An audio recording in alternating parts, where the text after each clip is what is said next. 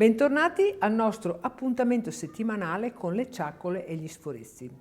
Domani è il 25 aprile ed è una giornata di festa, una giornata in cui a livello nazionale si festeggia la liberazione, o meglio, è la giornata dedicata alla liberazione.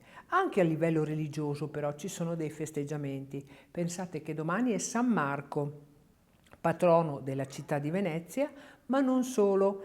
In piccoli paesi, anche vicini qui alla nostra struttura, vale a dire vicini a Valgrande, c'è una cittadina chiamata Lendinara che domani inizia ad organizzare una festa nata in realtà come fiera agricola, ma che nel corso degli anni ha avuto una serie di evoluzioni.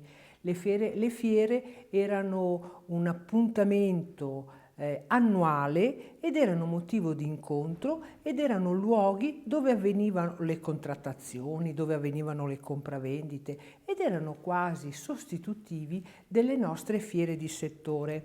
Ovviamente a tutt'oggi quelle fiere, quelle occasioni sono state modificate, si sono cambiate, ma diventano sempre motivo per scoprire il nostro territorio.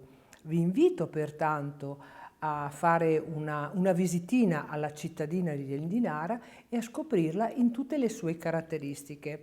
Per il momento la mia ciaccola l'ho fatta e adesso voglio dedicarmi al mio sforezzo, che oggi è il salame di cioccolata. E buon sforezzo a tutti!